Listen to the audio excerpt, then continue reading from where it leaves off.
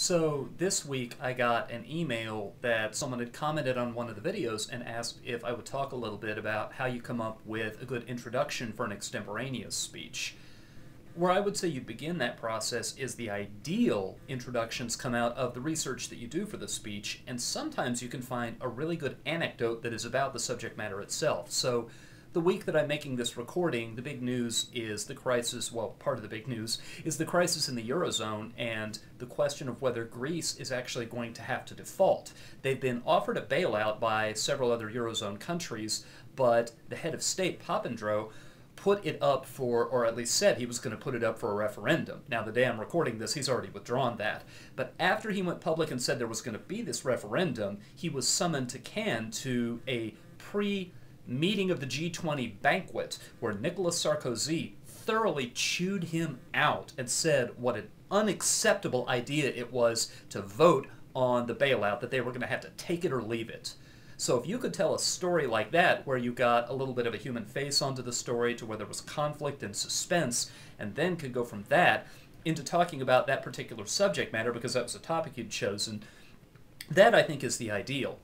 But you can't always find those. And so the question is, how do you introduce an extemp speech when there are no really colorful stories like that that you can use to get the audience's attention? And the challenge you're up against is that the rules of extemp say you can take in with you any published materials to consult. You can consult newspapers, magazines, books, but what you cannot do is you cannot take parts of a pre-written speech, because that completely violates the intent of the event for you to put together a speech with only your materials, but not to effectively give another platform speech that you just happen to write at home. So the approach that I believe in, that I've taught to people in the past, is to carry a notebook.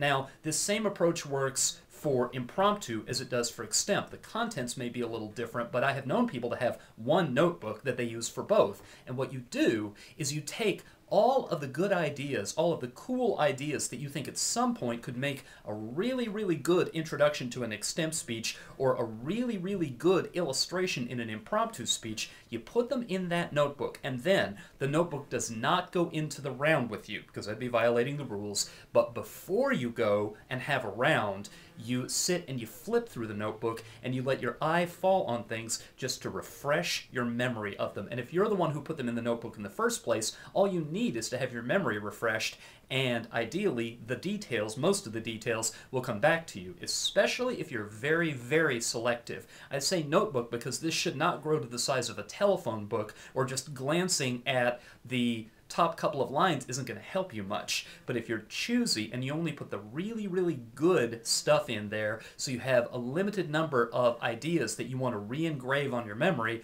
then that can be a very effective approach. And of course, the more extemp speeches that you give over the years, the better and the more flexible your memory will become, and you can expand your capacity a little bit. So here's where I would go to populate your extemp opening notebook. I would first of all go to a good quote site. And I think the best quote site for a purpose like this is a website called Quote Garden, quotegarden.com, because it does a really good job of arranging quotes, not by the keyword in them, which is the approach most quote sites take, but by subject matter. I would go there and I would look at the page on politics, I would look at the page on money, and you might, if you want to stretch it, you might go to other topics like education. There's a page for those. The environment, there's a page for those. There's one for debt. There's one for justice. You might find a few more that you find are turning up a lot on your circuit as extemp topics. And then when you go to each page, obviously you're not going to try to put all those quotes in your notebook, but just go down them and look for ones that really, really kind of make you sit up in your seat. Ones where you think, that's cool. That's such a good quote that I'd put that in my signature and want to live by that quote. I would feel good if I could work that quote into a speech, because the enthusiasm, a quote that you're enthusiastic about, is going to make you a more energetic and more vibrant speaker. So take those, put them in the intro or opening notebook or your impromptu notebook, and make those the ones that you remind yourself of when you're about to go off into a round. Now, a second approach to this, there's a website called ohmygov, ohmygov.com, and you can do a search on it for, what's the keyword? For political jokes. Because what they do is they have a weekly feature where they take some of the best of the political jokes from that previous week, usually taken from late night talk show opening monologues like Jay Leno, Jimmy Fallon, and so forth, and they'll have a top 10 of the best political jokes from the previous week. The downside of this is a lot of the humor is off color, especially depending on what's been in the news lately. The week that I'm doing this, one of the big stories is that some old allegations of sexual harassment against Herman Cain are in the news, and so a lot of these jokes are really off color. So if you look at this from week to week, you're exposing yourself to that, so you have to proceed with caution a little bit. But in other weeks, where that's not at the top of the news, there's some really, really good material that could be a really effective extemp opener, so you might have a look at those, especially one of the nicest things about it is it's updated from week to week. So right when you're going off to a tournament, have a look at the previous 2 or 3 weeks, and you'll find very timely humor about things that you're very likely to get as extemp topics. So it doesn't have to be general humor, it can be specific to your subject matter. Another approach that I have seen extemp speakers use very effectively over the years is they'll take a turning point in a work that is recognizable to the judge. Now that could be a turning point in a novel, that could be a turning point in a film, and so you could take your half-dozen favorite books and try to isolate what are the really critical scenes, what are the really memorable parts of them, and you could use those where you can make an analogy between that turning point and the turning point that you're going to say in your speech that this issue has reached. And one approach that I have encouraged extemp speakers to use in the past is you can go, there are collections of great turning points, especially in film, and one that I recommend you ought to go have a look at, do a Google search for 50 greatest movie moments, and your other search term is TV Guide. Now I'm going to horrify some film buffs out there, but of the collections of great moments in film, there are several of them. Roger Ebert has one, but the thing is, he doesn't go into detail because he assumes you're going to sit down and watch the entire film. The American Film Institute has 100 greatest movie moments, but their synopsis of the film is so long it could choke an elephant.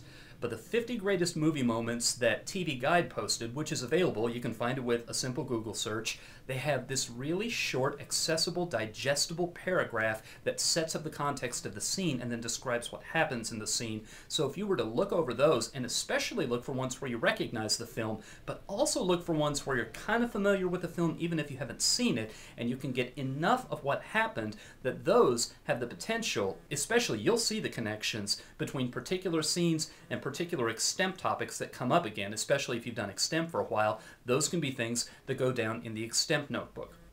The one last thing that I think I would look at if I were you is there's a website, I have to admit I check this about half a dozen times a day, including on Saturday. It's one of the few I can think of that updates on Saturday, called Futility Closet.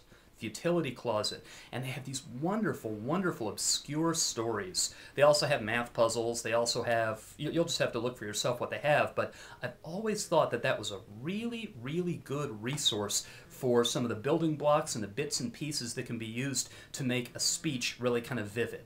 Oh, wait, I lied. I said that was going to be the last one. There's one more, and it goes back to a trend that I saw a lot of people follow back in the early days when I was around forensics in the 80s and 90s. We went through a few years where I would say the most common source of introductions that I heard was people narrating editorial cartoons. Now, I always thought that that was an approach with kind of limited utility because narrating a cartoon out loud is, it loses some of its punch when you do that. But editorial cartoons, especially the really good ones, are often very good about getting to the heart of an issue and getting to the twist in the issue, the incongruity in the issue that makes it hold people's attention and move up to the top of the headlines. So you might take a few minutes before you go to a tournament where extemp is the big event that you have your eye on, and you might just look at editorial cartoons from that week, and you might take the best of them and put those into your openings notebook. Okay, just a couple of words about what makes an extemp opening a good extemp opening. Even though that wasn't the question, I'm an educator and I'm going to tuck this in. The first is, it's not canned. Don't cheat. Don't do it the wrong way. Don't do it unethically. If you have been doing it in the past, you might be telling me, but it works. Yes, it works. But really, what does it benefit you to win that way? That's not what the event is about. Do it right. Second thing, an extemp opening should always be short. 60 seconds is pushing it, really pushing it. 45 seconds is pretty good. 30 seconds, especially if you can get to the good part and get the kick. 30 seconds is quite good, because then you don't give the judge the impression that you are padding the speech because you don't have enough real content to give a meaty, developed, defended answer to the question.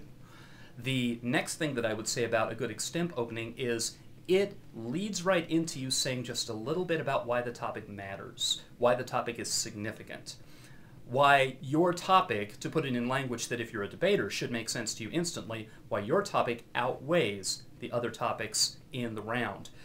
A lot of individual extemp judges at the college level are quite explicit about the fact that if all the speakers in the round have pretty much equal delivery, organization, analytical skills, then the way they break the tie is, out of the topics that they heard, which one has the most impact for the hearers. So if you take just a little bit of the speech and explain why the subject matter has huge importance, it's important that we be aware of it, it's important that we not be ignorant, that we be informed. Don't go on and on about it, because that can become its own form of padding, but just a little bit of talk about that can lead quite nicely. It can build up the effectiveness, it can build up the competitive quality of the speech. It's a good force multiplier, as Colin Powell would like to say.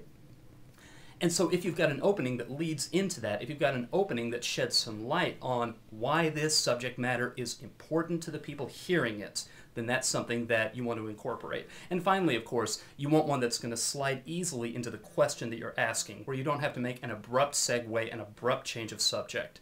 So, those are some guidelines you can follow in picking, in setting yourself up with resources to generate good extemporaneous speech openings. And if you have other questions about debate, about any individual events, up to and including inter-platform, limited prep, any of them, send them my way and I will take a swipe at them.